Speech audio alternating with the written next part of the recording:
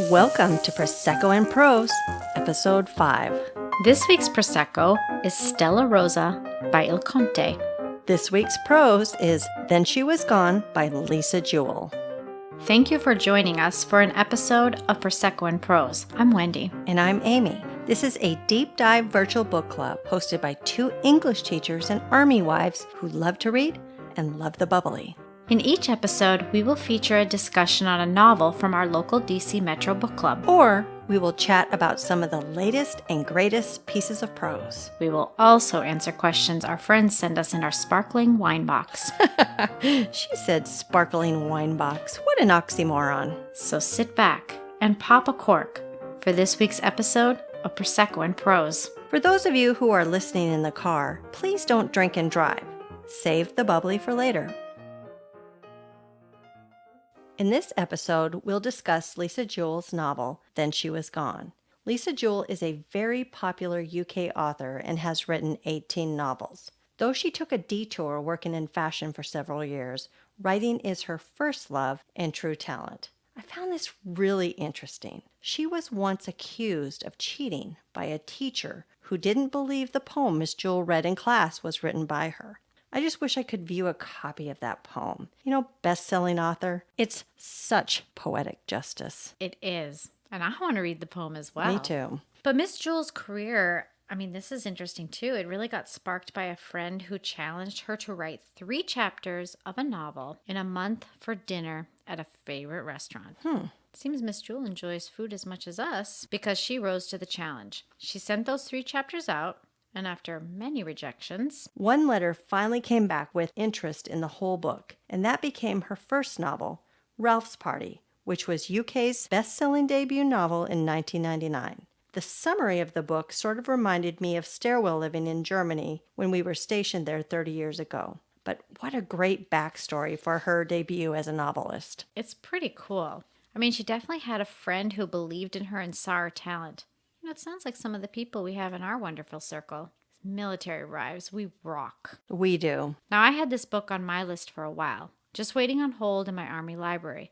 But I remember seeing it on your desk, Amy. So how did you come across this gem? Well, I enjoy listening to book recommendation podcasts periodically, and I found a review of this novel on the Jolene Grace Show. Miss Grace gave a great synopsis of the novel, which piqued my literary radar. But I found it interesting that she did not give it an overall great review. I, the eternal find something good in everyone and everything, decided to check out this novel for myself after doing some research on Jewell's background. And I'm really glad I did, as I was hooked on several aspects of the novel. For one, the structure of the book. There are so many twists and turns. Next, I love all the foreshadowing I found during my second reading. On my third time through, I listened to the novel. Yes, I also bought the Audible version. I know. And then on my fourth time through, I grabbed all the symbology within. Do you guys see what I'm working with? I know. I'm intense. I would also like to point out that with each read, I try to put myself into the persona of Laurel. And then I did Ellie, and then I did Floyd, and then I did Poppy. This was a masterful mix of emotions. I'm a huge fan of Miss Jewell now. And I make fun, but let me tell you guys, working with someone who is a thorough reader, when you need a thorough reader, is a great skill. It's a great asset. Thank you. Now, this story was right up my alley and a fairly quick read. And as Amy mentioned, if you like twists and turns when you read, I highly recommend you check this novel out. Now, before we get into our characters and summary, we want to remind you that if you haven't had a chance to read and you don't want spoilers, now would be a good time to back away from the podcast. And then we'd love to have you come back and join us. All right, let's get started with our characters. There are quite a number, but for here, I think we just need to focus on the 5 main characters you get to know throughout the novel. What do you think, Wendy? I think that's good. Okay, so our protagonist, Laurel Mac. She's about 55 when the novel opens. She is the mother of 2 grown children, Jake, 29, and Hannah, 27. And, she was, what it seemed to me was 44, 45 when Ellie first went missing. I agree. She was formerly married to Paul. She lives alone and works part-time as a marketing coordinator. Oh, and she loves to wear black. She does. So Ellie was the youngest Mac child. She was a top student, Laurel's favorite child, her golden child. She was. But she went missing when she was 15. Then there's Noel Donnelly. Noel is Irish. She's in her 40s, socially awkward. She smells like used cooking oil and unwashed hair. It's delicious. I'm imagining, like my friend Karen in Williamsburg would say, she smells a bit like a cheeseburger. A stale cheeseburger, you mean? Just a cheeseburger. Well, anyway, she used to work in finance and is now a math tutor. She comes from a big family, which she is now estranged. She has 4 brothers and a sister who died young. Basically, Noelle has spent her life feeling that she never measured up. Floyd, Laurel's current love interest, is about 50, an author of math books on number theory and mathematical physics. A bit much for me to digest. He is the son of what sounded like diplomats. Do you agree with that? I agree. Yeah. Who initially dropped him off at the hospital after his birth before returning to reclaim him, and has grown up all over the globe, a bit like military kids. He has an ex-wife and 2 daughters, Sarah Jade, 21, and Poppy, 9. Poppy, as you mentioned, is Floyd's 9-year-old daughter. She has been homeschooled. She's very bright and quite awkward. She often acts much older than her 9 years. Laurel finds her to look strikingly similar to Ellie when she first meets her. Even down to the same dimple. So, let's move on to the summary. Let's do it. The novel is told in 5 parts, and we will break down our summary in the same way. Again, spoilers ahead, proceed at your own risk. Part 1 begins with a beautiful prologue that is really just a thinly veiled foreshadowing of what is to come. How will this young girl's disappearance unravel for the reader? Indeed. Part 1 alternates between 2 points of view, Laurel in the present and Ellie in the past. Ellie has been missing for 10 years now. Laurel and Paul are called to the police station as there is a new development in the case. They found Ellie's backpack, which also contains several recognizable personal items. The police have also found Ellie's bones, so now the family is finally able to lay their daughter to rest. Ellie's story in part 1 is the months leading up to her disappearance. She's a typical teenager. She has a boyfriend. She's a bit in competition with him over math. I thought that was odd. I did too. This leads her to beg her mother for a math tutor to help boost her grades and prepare her for the upcoming exams. The tutor is none other than Noel Donnelly. Ellie actually grows to like Noel, but then Noel begins asking strange questions. Ellie convinces her mom that she no longer needs a tutor, and Ellie is relieved of her duties. Weeks later, Ellie bumps into Noel on the street, and Noel offers to give her a study sheet for the exams. Ellie is hesitant, but decides to go with Noel to get the sheet. On to part 2. So part 2 is told from Laurel's point of view, as in the present. She meets Floyd a month after Ellie's funeral. She is quickly drawn to him, and they spend a lot of time together. Laurel also meets his daughters, Sarah Jade and Poppy. Laurel is struck by the likeness of Poppy to Ellie, though she finds her a bit grown for her 9 years. Laurel and Poppy begin to build this connection. She's kind of being drawn to mother her as she learns Poppy's mother disappeared and left Poppy on Floyd's doorstep when she was just a toddler. Laurel brings Floyd to a big joint birthday dinner for Laurel and her daughter Hannah, where she also finally meets her ex-husband Paul's new love, Bonnie. The dinner seems to go well, but later, Laurel receives a call from her son Jake's girlfriend, Blue. Blue feels Floyd is hiding something, and she's concerned for Laurel. While Laurel bristles to Blue, she has been noticing little things that seem amiss. Noel Donnelly pops back into the picture via a letter Laurel sees on her way out from Floyd's. Laurel assumes to Floyd that Noel must be Poppy's mother, which he confirms, and after some digging, Laurel recalls Noel was also Ellie's math tutor. It's really getting twisty. It is, I love it. So part 3 is told from Noel and Laurel's point of view. Noel was raised in Ireland in a large and very clever, i.e., smart family. She moved to London and worked in finance for a while before finally becoming a math tutor. She became a fan of Floyd after reading a math book he wrote and then after meeting him at a book signing. She then learns they live quite close to one another. Noel becomes intent on having their paths cross, which starts to happen quite frequently. So living close nearby, and Noel making such an effort until Floyd eventually asks Noel out for dinner. They develop a relationship, though Noel acknowledges that it's mostly physical. Floyd does try to break up with Noel, but that proves to be difficult. During this time, Noel also begins tutoring Ellie and becomes quite enamored with her. When Noel is told by Laurel her services are no longer required, she's crushed. Noel feels everything was better when Ellie was in her life. She was better, her teaching was better, her relationship with Floyd was better. So Noel makes a plan to try and see Ellie. Meanwhile, back in the present, Floyd and Laurel's relationship is heating up, but she is having some unease with it at moments. Laurel tracks down a number for Noel Donnelly and meets up with two of her nephews now living in Noel's flat. They tell Laurel their Aunt Noel just disappeared and no one seems to know what happened. They have left everything in the house just as she left it. One thing they find interesting, they show Laurel a room in the basement, presumably a guest room with a sofa bed, a TV set, a chair, and many hamster cages piled up on the table. Interesting. We will definitely be coming back to the hamsters. Part 4 is told from 3 points of view: Noel, Ellie, and Laurel. Noel has kidnapped Ellie for her big plan. As Noel has not been able to carry a baby to term for Floyd, she decides to get Ellie, who she thinks is the perfect golden child, pregnant, and will then pass off the child as Floyd's. We learn of Poppy's first years and see the further disintegration of Floyd and Noel's relationship, which drives her and him to even more drastic measures. As if kidnapping and a forced pregnancy isn't enough. Right.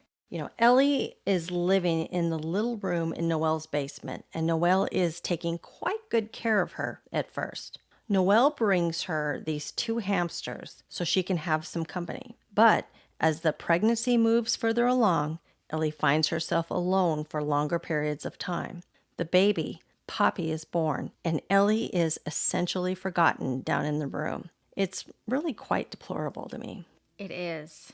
Back in the present, Laurel is getting even closer to Floyd and Poppy and becoming ever more unsettled in the things she is learning about Floyd and Poppy's past. Part 4 ends with Floyd asking Laurel to stop by as he has a gift that's a bit too large to bring to the big family Christmas Eve celebration. After texting her family to let them know she won't be late, but where she will be if she is. Covering all bases as Floyd is beginning to seem more and more like the dangerous man Laurel's son's girlfriend Blue warned her about. In part 5, we finally hear from Floyd's point of view. Through a video message he left Laurel, Floyd tells how Poppy came to be in his life and how he knows she is not his daughter. He also tells of what happened with Noel. He apologizes for not being true to Laurel, not helping Ellie, not doing many things, really, and, he explains his motives behind his actions. Part 5 also is from Laurel's point of view as she learns the truth of what happened to Ellie, and Poppy assimilates into her true biological family. Relationships are repaired, a new happiness is found, life continues on, in a new kind of normal contentment. The novel closes with an epilogue. It's kind of like a perfect bookend. It is. I love it when authors do this. It's one final note from Ellie. It's just quite the story. It really is. Now, normally we would get right into our themes, but this story was different, wasn't it, Amy? It was. There's heavy foreshadowing and lots of symbolism. So we're going to start there this time. First, let's visit the foreshadowing. The novel opens with this lovely prologue. It's a warning, a foreshadowing to look for all the knots that will help untangle Ellie's disappearance. Honestly, I'm not always great at picking out foreshadowing on an initial read, but I'm getting better. You are. And it can be difficult to know if, am I reading a clue or not? And usually it's not until a second read through, but practice does make one better. Mm-hmm. And it's quite fun, to collect all the puzzle pieces as you read. It sure is.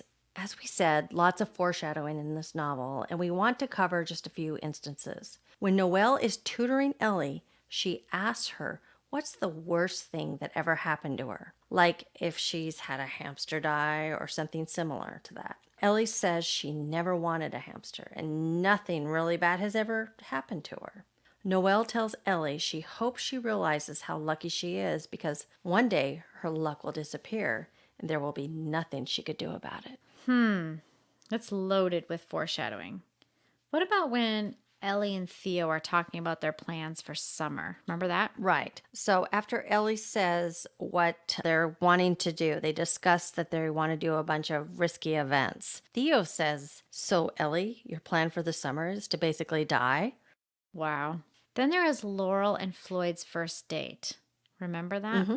Laurel wonders if their meeting was truly random or did they somehow recognize each other? Well, there's a recognition. Oh, yeah. There are so many other instances, though. We could go on the whole time just pointing out all the foreshadowing in this novel. But I'm really itching to get into the symbols. So let me give you just one more example before we move on. I don't want to slight our friends. Right, of course. So I'm thinking of one more example. Remember the morning at Floyd's when Laurel is getting ready to leave? Yes. Floyd is imploring her to stay, Oh, that's right. Yes. asking her if it will always be her leaving first, with him lingering behind. Laurel tells him maybe. Floyd says he will take whatever he can get. Yes, he will. I mean, he's been doing it his whole life. We would love to hear what you guys found as well, so please let us know. All right, Amy. Symbol time? I think so. Let's start with these names. How about that? I'm ready. Each of these names were pretty loaded themselves. Let's start with Laurel. Okay. I know you searched the Google webs, Wendy, but I drug out my big voodoo book of names. The Hidden Truth of Your Name, a complete guide to first names and what they say about the real you. I wonder what mine says. You know, I have not even looked yours up. I know what mine says, but after this episode, I'm going to look yours up. All right. So I found some pretty fascinating stuff. You know, laurel is a sweet bay tree and is symbolic of honor and victory, harmony and balance. I find that ironic since she did not bring harmony. I mean, this is me, but I don't feel she brought harmony or balance to her family. I knew you were going to say that. But I mean, think, particularly in the wake of Ellie's disappearance. No. And that's the story we have. Right. That's the story. She didn't.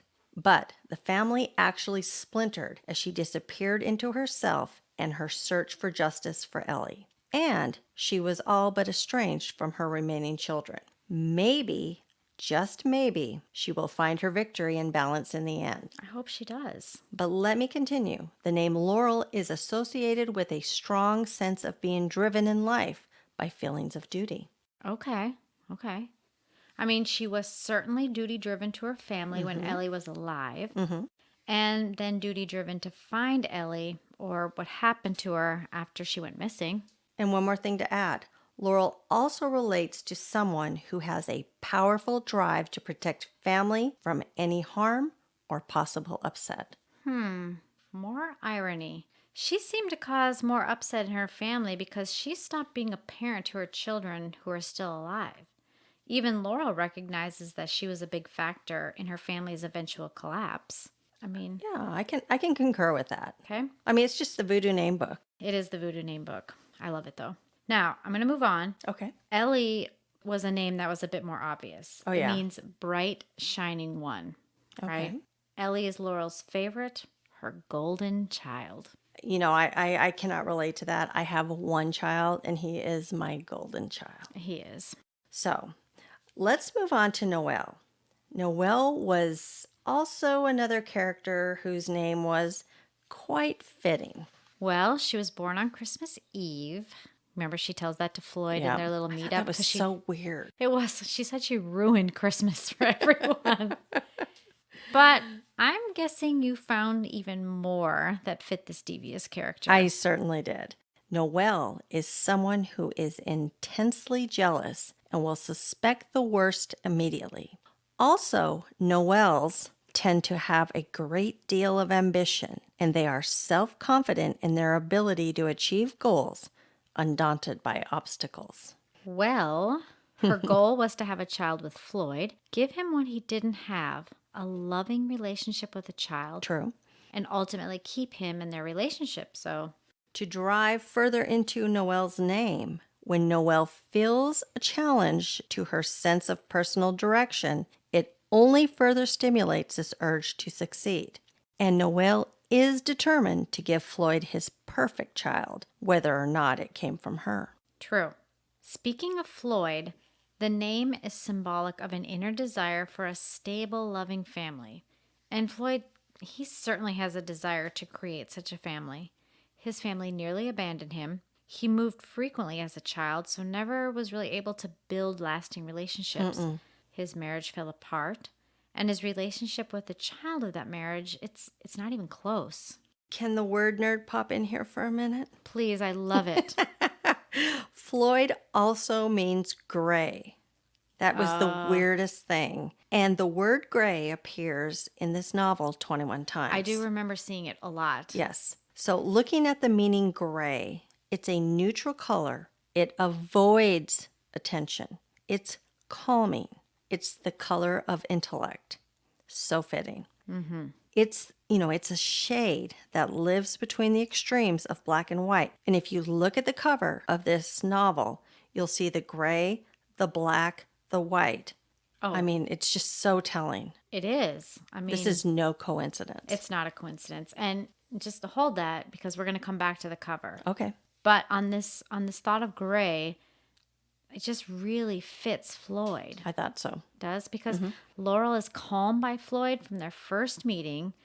Now Floyd has put himself in a gray area to appear more like Paul. Nice pun. Right? But he's also very intelligent. He's homeschooling Poppy to avoid attention. And he has been living between black and white his whole life, in a sense. It fit perfectly. Completely. That's Floyd. Wow. Like I said, no coincidence. So let's look at poppy.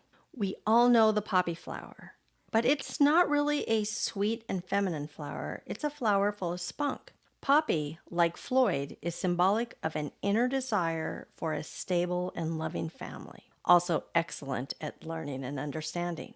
Poppy is quite bright, and I feel she has an understanding beyond her years. Well, Poppy and Laurel definitely have some conversations that show Poppy has a greater understanding than most kids her age. Do you remember the philosophy discussion about happiness? I was like, what? But she's only been around adults her whole life, right?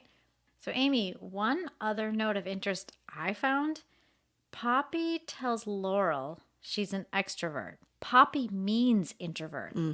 Which is what Poppy truly is. I just love thinking about how all of this plays into how authors choose names for their characters. I mean, we could be way off base. We often are. But, it makes for such a fun discussion. It certainly does. And it provides others an opportunity to tell us that, right? People love to tell us. Please do. I'm having fun for sure. Me too. Now, I know you found some other very intriguing symbols, Amy, because I wake up to pages of text telling me. Did you say pages of text? Pages don't equate to scrolls, Wendy. No, pages are more. Touché. You get very excited and are a much early riser. It's why my phone is on silent till at least 8. Well, Wendy, by 8, I've milked the cows, I've tended laundry, I've made the hubs a sack lunch. But I warned you long ago, when I'm in, I'm all in. I know. That's why it's silent until 8. But I want to know about these hamsters because honestly, I really didn't give them a passing thought except one of disgust. I hate hamsters. Ugh. They're so stinky. Aren't they rodents? Ugh. But you definitely saw them as an important symbol, so do tell. We are all curious. Remember, we first hear about hamsters in a foreshadowing. It's when Noelle asks Ellie, what's the worst thing that has ever happened to you? Do you remember? Yes. The hamsters actually symbolize a few things. First, let's look at the hamsters as a symbol of love and responsibility. Okay. I do my research. I know this. Scrolls, pages, whatever you want to call it. Noelle brought Ellie a gift that she thought Ellie would enjoy. She was down in the basement. She brought her those 2 hamsters. Oh, yes, because being trapped in her basement, that was only an inconvenience. Noel was a crazy train, okay? Did you just say crazy train? I did. Let me actually repeat it. Noelle was a crazy train because Ellie told her in the beginning during math lessons that she never wanted a hamster. I think Noelle, crazy train, was projecting her desire on Ellie. Well, that makes sense. But Noel gave Ellie the job of naming and nurturing the two hamsters like Noel was doing for Ellie. Oh, yes, nurturer Noelle. That passage disgusted me. Noelle was no nurturer. No, she wasn't. Her temper flared when Ellie did not seem interested, and she demanded Ellie name them. And she named them Trudy and Amy. Two names with quite significant meanings. Trudy means spear of strength, and Amy means beloved. I should know, right? You should. Ellie certainly has patience and nerves of steel to experience such a horrific event. I mean, I'm not sure I would have the strength Ellie exhibited in her captivity. That's funny you say nerves of steel, as my voodoo book depicts Trudy as a person who has nerves of steel. It goes further by saying that a Trudy offers support and strength in the time of need. I'm betting Trudy was the stronger of the two hamsters. Now hold on to that thought for a sec. To go a bit further with, the Amy thing, my voodoo literary book mentions that an Amy charges around like a tornado or a whirlwind. I could have wrote your book. I'm envisioning a hamster on its Ferris wheel. It also says an Amy appeals to the opposite sex. I bet that is why these two girl hamsters were able to create an abundance of hamsters that filled the 20 cages. Hence, to partially quote Tone Loc, You're gonna go there. Trudy was a man. I knew it. I couldn't help it. First off, you usually can't, but that's funny. But to come back... Listen, the cops are coming after me. They should come after you. Why am I sweating? I don't know. Sheena, Trudy, both of them be a man. But if I may reel you in, Okay. let's come back to these hamsters. They are caged up in the basement, like Ellie. Yes. Now, I'm kind of envisioning being caged within a cage. I mean, it sort of feels like hope is dying, bit by bit. That's really some dark imagery you bring out, but exactly. Besides love and responsibility and abundance, apparently, didn't you also find that hamsters symbolize opportunities? I think I read that in a scroll. I did. And opportunity is a bit of an obvious symbol, as Noel uses Ellie's body as a laboratory, moreover, a science factory, in order to kind of sink her claws into Floyd and keep him forever. Ellie's body is going to provide Noel, and in extension, Floyd, the child Noel is unable to bear. Math and science, they go hand in hand, and Noel's year-long experiment, the hypothesis, the plan, the experiment, the result, is undoubtedly Poppy. Or what Noelle tells Floyd in a fit of anger is their Frankenstein monster. Yeah, she said that. It's cruel on so many levels. It was. Now, I also keep coming back to the cat as a symbol. You know me, I am not a cat fan. I'm allergic to them first, but I just don't do cats. Huh? But I felt like it had to connect somehow with the hamsters. The cat and the hamsters? Yes. Hey. At first it was an isolated thought, but it kept coming back to me with each read. So I couldn't stop. All four of them? Maybe. Sorry. Don't be hating. I'm just jealous the things you pick out. So back to the cat. Let me guess. They're both nocturnal creatures. Yes, but it's bigger. They like to burrow in dark spaces. Bigger. They like to hide, I think. Yeah. They like to hide, but it's bigger. Oh my gosh, I feel like I'm talking to my nephew. Just give me a letter.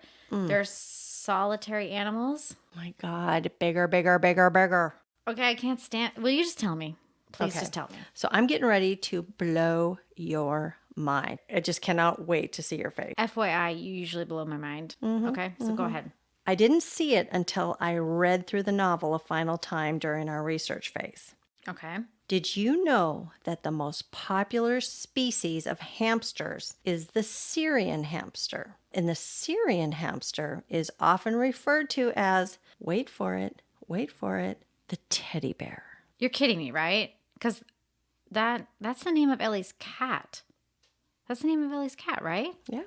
Oh, that is so twisty and knotted. Not to mention that the first words Ellie spoke to Noel were about her cat teddy bear, and one of Ellie's last thoughts before she died was of her cat sunning himself. She clearly missed her life and wanted to go back. But she also recognizes that she's starting to feel this connection to Noel. Like Stockholm Syndrome. Ooh. Exactly. I thought it noteworthy that Jewell intertwined a mention of the Patty Hearst case and Stockholm Syndrome into the novel. She did. Ellie felt at times that she loved Noel. She wanted Noel just to wrap her up in her arms and rock her like a baby. She's probably desperate for some human contact. But human touch, absolutely. Right. But, other times she wanted to strangle her. Right. Ellie, in her voice, told the reader that she knew of the syndrome, which, in case you were wondering like I was, I had to actually look this up. But it's where a hostage starts to feel connected with his or her captor and even starts to hold some of the same values. Yeah, but Ellie knew she had to keep herself in check. Her feelings were normal. She recognized that. But she was holding on to hope. And we, the reader, well, I'll just speak for myself, me, the reader, I suddenly felt a tug of emotion that hope is lost. I just wanted to reach out to this little beautiful hamster locked in her cage and love on her forever. It's the mother in me. It's just crushing. It's so crushing, really. I don't know if you remember this, but do you remember when Noelle was going to take Poppy back to Ireland? She's going to leave. Her parents had bought Poppy a teddy bear. Oh, that's right. I totally forgot about that. They're just getting more and more tangled as we progress. They do. It's fantastic, actually. And, to continue on with this tangled knot, you found a knot in the lip balm, and I want to hear about that. Oh, okay. So you know how much I struggled with this lip balm. I do. The text, the scrolls, the pages, whatever. Yes. You didn't agree with me, but I think I finally got you to some assimilation of Your agreements. thoughts. Yeah. Right. It really wasn't a major symbol, although a couple things stuck out to me. As her tutor, Noelle gives Ellie a set of lip balms. Laurel learns about this reading Ellie's diary. Then, when Laurel visits Noelle's home, Noelle's nephew takes her down to the room in the basement, and as Laurel is leaving the room, she spots a plasticky thing under the sofa. Oh, yes. It's the pink and green watermelon lip balm. Right.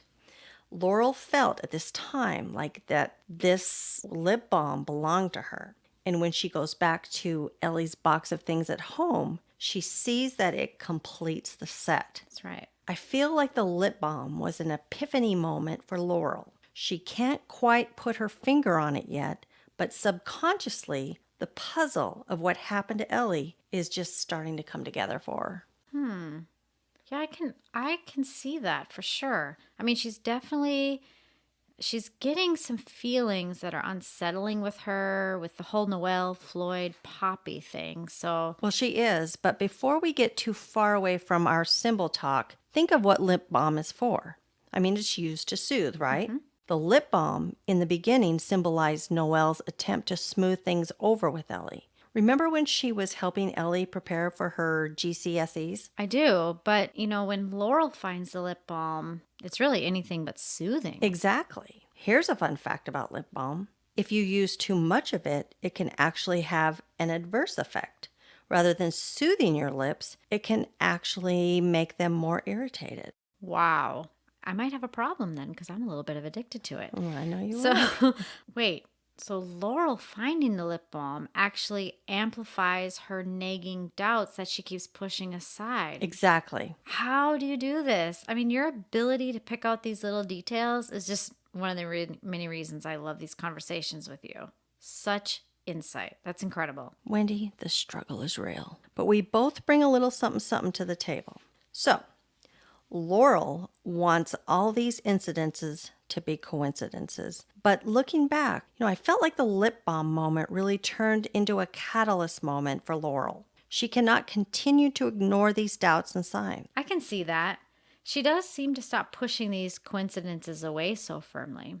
Now, if I may bring in something that you actually mentioned in our book club discussion questions, the cherry blossoms. Oh, I'd love it. Please do. Obviously, cherry blossoms are a big thing here in DC, and there happened to be a cherry blossom tree outside of Ellie's window in Noel's basement. That's right. The cherry blossom tree, though, was only mentioned 4 times in the novel. First, Ellie mentions seeing it outside the window of Noel's living room through the broken slat. Okay, one. And then from her window while locked in Noel's basement. Second time, yeah. Floyd saw the cherry blossom in the reenactment of Ellie's disappearance. Okay. And then lastly, Laurel had seen it many times walking the streets, passing by Noel's house in the years following Ellie's disappearance. So I'm going to add one to your list. Okay. It also appears on the cover of the novel. Oh, yeah. I missed that in the beginning. It does. I just thought it was a dang tree. It's not. It's the cherry blossom tree. But it's dead. Well, exactly, right? Now, cherry trees symbolize the brevity of life. And anyone who lives in DC or has come for the sole purpose of seeing the beautiful blossoms knows the window is short. Ellie's life was beautiful, but it was cut short, much like the blossom's beautiful flower. I try to put myself in Laurel's shoes as a mother. Seeing the blossoms and knowing that was probably the last thing Ellie saw, to me, it's just heartbreaking. It truly was. Now, I have to say that this was actually my first year to see the cherry blossoms here in DC, and they are breathtakingly beautiful. But for me, seeing them, they also made me a little sad because you know that their time is so brief. It's like in your soul, you know it. I've been so fortunate to experience them twice in their full bloom, which you are correct. The window of viewing a full bloom is very small. By the time I was able to get down there, I missed it due to the stay-at-home directive by Governor Northam. But I encourage anyone who wants to see this gift just to head to DC, come to DC in the spring. But be sure to plan ahead, guys, and let us know. You never know, we might meet you down there. Right. But the Cherry Blossom Festival and the parade are also noteworthy. You've got to stay for those. Amazing. Travel tips from Prosecco and Prose. Now, on to Poppy, another flower, but as a name that features prominently in the novel. We both found some very interesting and differing meanings. In Greek mythology, it is a symbol of sleep and death. When Demeter's daughter Persephone was kidnapped and taken to the underworld, Demeter, in her grief, refused to let crops grow, obviously causing problems for the world above. Love Greek mythology. Kind of my thing. I just never have gotten into the mythology. As an English major, you would think I would love it. I never got into it. Sorry, so sorry. Maybe I should let you read my elementary version because it's fun. Maybe. Now, to soothe her grief, Demeter used the poppy to help her rest. The poppy produces opium, which is a narcotic that provides a feeling of peace and tranquility. I'm seeing a lot of parallels here. Ellie is Persephone, correct? Yeah. Kidnapped and taken away. Noel first gave Ellie a sleeping pill to take her to the basement. Hades is the god of the underworld. So I'm saying Noel could kind of be seen in that light, possibly. She is no god. Of the underworld. She could be god of the underworld. Maybe in her hideous manner. But then the child Poppy is given to Ellie for a brief moment after she's born. Then when Ellie, near death, pictures Poppy happy and cooing, Ellie is able to have peace and just let go. She dies. So it was like Poppy, the baby, was the drug that freed Ellie from herself. And Ellie can finally rest. It was a really powerfully written and, frankly, unsettling scene. I so agree. Ellie is gone, but the poppy, as we know today, is a symbol of remembrance and hope. Poppy, the child, is so like Ellie. She serves as a reminder of Ellie's life and also brings hope to a broken family. So well said. Thank you. Have we left any unturned symbols? Probably. But we need to let our friends have a turn. I mean, we're kind of hogging all the good stuff. There's probably more good stuff we haven't even touched. I'm sure there is. But let us know, guys, what you think we've missed or what we've got right. We like to hear both. I think it's time we move on to themes. I see the clock ticking. Let's move on. Let's. Now, there are several themes here. Some obvious ones are family, loss, death, and love. And we totally agree with those. Totally. But we took a bit of a different look and found additional themes of desire to escape, isolation, and manipulation. I called these the hard ones. These are not the hard ones. They're excellent. Well, they were for me because I had to go back through. You read it 4 times. How about we start with a desire to escape and just look at some of the ways our main characters showed a desire to escape? We can start with the obvious. Ellie clearly wants to escape from Noel's basement. But even going back, Ellie is looking forward to the summer for her and Theo to escape to Grammy's cottage for a few days. She also wanted to escape Noel's weird questions, hence the firing of the tutor. The whole reason Ellie is out on the street in the first place when Noel bumps into her is because Ellie needed to escape her house and her sister Hannah's loud friend. That's right. Mm-hmm. See, you got this. Yeah.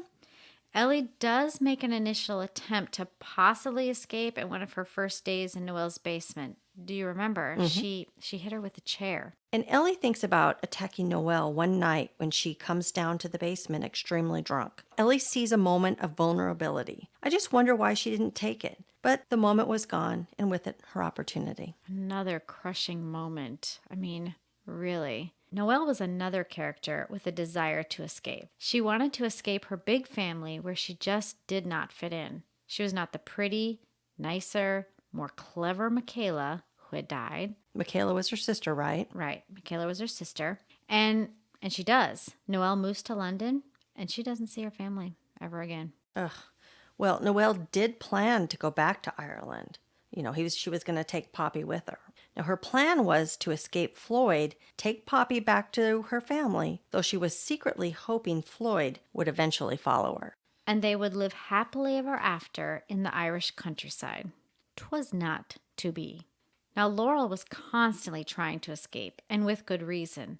I cannot imagine trying to live such a huge, unsolved tragedy. Very early in the story, Laurel wishes she could pack a suitcase and say goodbye to herself. I agree. So many times we see Laurel wanting to escape. Remember after they meet with the cops about Ellie's remains? Yes. Paul starts to walk towards her when he sees Laurel screaming hysterically in her car. Laurel quickly drives away. She does. Yeah. Escape. Laurel also says that in the days after Ellie's disappearance, she would escape to her friend's house. Here's one other thing. Paul loved Laurel more than she loved him. Agreed? Mm-hmm. I agree. So there's a moment of clarity for Laurel when Floyd calls her one evening, on time. She realizes she and Paul's marriage did not survive because of her. He loved her so completely, and when she did finally see a gap in his feelings, a little bit of a pulling away, she escaped into herself and closed herself off not only to Paul, but to her other 2 children and really anyone who came into her life after. Then there are the instances when Laurel is with Floyd. She wants to escape her flat after a dinner there with him and Poppy. Another instance was after her phone conversation with Blue, where Blue tells Laurel Floyd's aura is so dark. Laurel escapes into her wine rather than calling Floyd back. Now, what about after the conversation with SJ? SJ asks her about Ellie's backpack and how she thought it was strange that only the things she'd left home with so many years ago were found in the backpack. SJ wondered, wouldn't she have something new? And then the next morning, Laurel wants to escape Floyd's house. She even thinks when she does leave, it is with a sense of escape. Laurel feels she escaped her past when she finally apologizes to Hannah. And then when Poppy comes to live with her at the end, she escapes back into motherhood. It's almost like a redo to get it right this time around. Oh, yeah, I agree. Floyd also had a desire to escape. We learned that he really never fit in as a child and, in a sense, escaped into the persona of Paul to get close to Laurel. He did. His final and greatest escape was to take his own life so he would not have to deal with any of the ramifications of his actions. Right. He did not want to see him and Noel's picture in the papers. No. I mean, it was the ultimate escape for sure. It was. Moving on to isolation. Again, we have Ellie isolated in Noel's basement, but each of the other characters also faced isolation, whether it was self-imposed or imposed upon them. Who do you want to start with, Amy? I think I'm going to go with Noel. Okay. She isolated herself from her family. You know, she wouldn't even see them when they came to visit and truly had no contact with them. And then when she was working at the magazine, remember? Yep. She felt invisible there. And then she really truly felt invisible in the world. Right. Now, Noel's nephew even called her a ghost member of the That's family. right. And then she further isolated Ellie when she started calling her the girl. Oh, I remember that change. It was it was so cold, It right? was. It was really cold. It was just frigid. It was. Now, moving on to Laurel. Okay. Laurel, too, has isolated herself, as we've seen. She's isolated from Paul, from her children, from her friends. And when she's called to the police, I mean, she doesn't even think to call Paul, the father of the I was bothered by child. that. Yeah. I was really bothered by that. Same. After the break-in in her house 4 years after Ellie's disappearance, Laurel rarely leaves. So she's isolated here in the house. She's isolated herself there. And she loses touch with her other two children. Well, now, I thought it was interesting when Laurel first meets Floyd after she had been isolated for 7 years. You know, he sits down at the table next to her. You know, she was so panicked. She was. He's entering into her space, kind of in a sense, wouldn't you say? Oh, he did. But then, when he didn't call her, you know, they exchanged numbers. He didn't call her. Laurel feels isolated and alone, like, you know, she was damaged goods. That's right. Laurel also felt isolated when Floyd and Poppy came to her house for dinner. Right, didn't she call it like the Floyd and Poppy show? Oh, I know. Yeah. But, you know, when she hears about Floyd's birth, she realizes she's been just so wrapped up in her own business. You know, she was isolated in her own life and has probably just missed out on just so many things. She's having a bit of an awakening for sure. Oh, I totally agree. Right? All right, finally, Floyd, okay? He has been isolated in that he has always been the new boy with his parents constantly moving. He's also a writer, which in itself can be an isolating career. I assume so. And additionally, he has isolated Poppy by homeschooling her. I mean, he even refused offers of help from Noel's family. They never met Poppy. Oh, I agree. So let's wrap this up with our final theme. Not the final theme, as we are sure there are more, but the final theme for this discussion. Yes. So let's go to manipulation. I love a good manipulation talk. Take it away. There was a lot of that going on here in this novel. A lot. Ellie was able to manipulate her mother in the beginning, getting her a tutor. She was struggling in math. And then when Ellie became uncomfortable with that tutor, with Noel, she begged her mother to cancel her. Right. And she used the whole money thing, right? Remember? Because the family couldn't really afford it. I mean, age and state. Right. Noel manipulated both Ellie and Floyd. Agreed? Oh, I so agree. First, it could be looked at that Noel was, maybe she was manipulating Ellie when she brought her gifts and praised her during their tutoring lessons. Mm-hmm. And it was definitely more obvious when she had Ellie captive because then it was the promise of treats and the mentions of her eventual return to her family, to keep Ellie in check. And with Floyd, Noel manipulated their initial meeting and subsequent meetings until it led to a date. As their relationship developed and she could see how much Floyd wanted a relationship with SJ, which was very tumultuous. Very. Noel promised him a perfect child with her, someone that would love him as no one else in his life had in the past. Right. But Floyd, gone to Floyd, is the master manipulator. Oh, he was. To me, okay? He researches Ellie's disappearance, Paul's dress and mannerisms, Laurel's habits, and then he plans his meeting with Laurel in the coffee shop, and everything after that is just one of many carefully planned steps to reunite the Mac family. I think about all the times Poppy was pushed into the picture when SJ supposedly canceled and Floyd had to bring Poppy to Laurel's house for dinner. Ugh. Great way to see what could possibly be her new surroundings, right? You might be living here. Foreshadowing, maybe. Definitely. Because listen, while they were there, he lets Poppy just pepper Laurel with questions about her family and even gets Laurel to offer to take Poppy shopping. Remember that? Also, Floyd often steps away when SJ is around, leaving her and Laurel alone to, air quotes, talk I noticed that. all the time. Floyd asked Laurel to watch Poppy so he could see his financial advisor. I mean, I just felt like She was a built-in babysitter. She almost got to be one. to Floyd, for sure. I mean, I felt like he created these moments for Poppy and Laurel to be alone together, manipulating them into a relationship.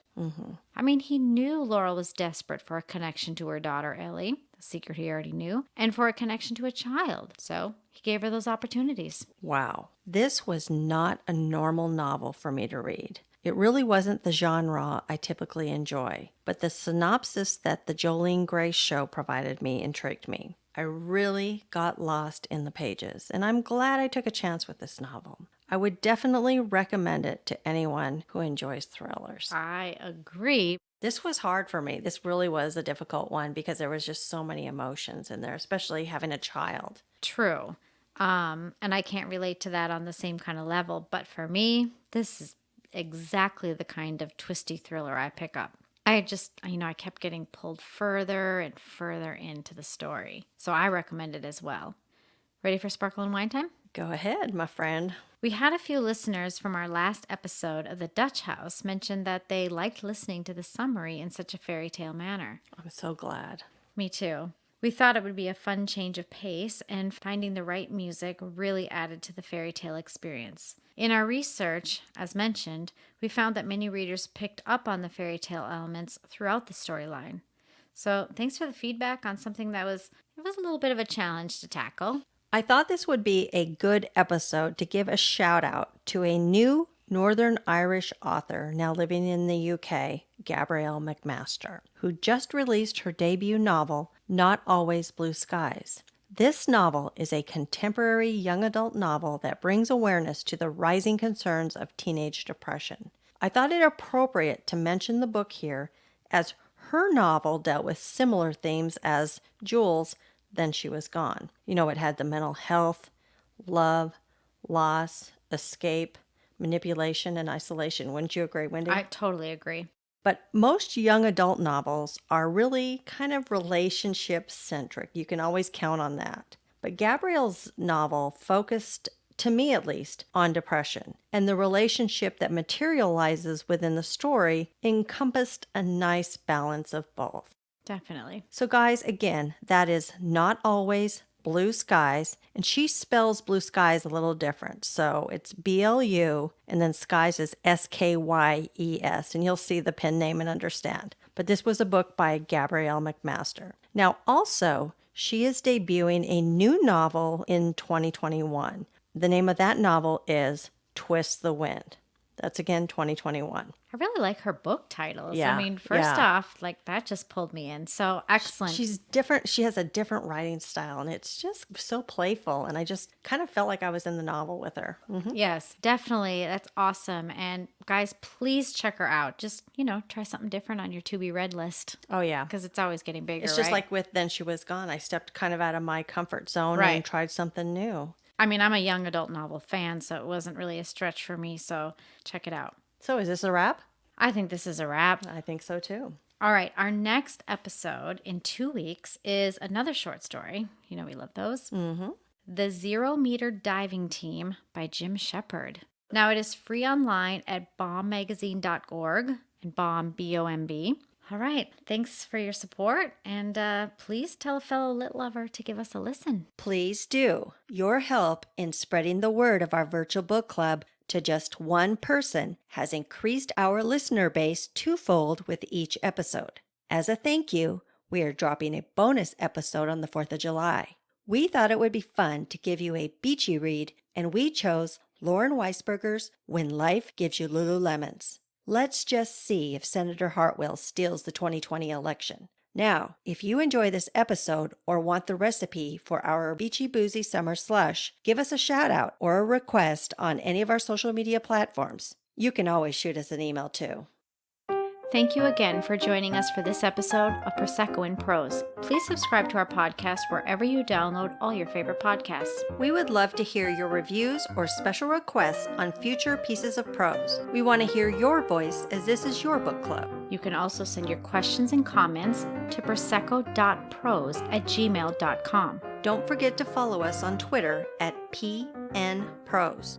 And on Instagram at Prosecco and Prose. Find and friend us on Facebook. Just plug in Prosecco space capital N space Prose.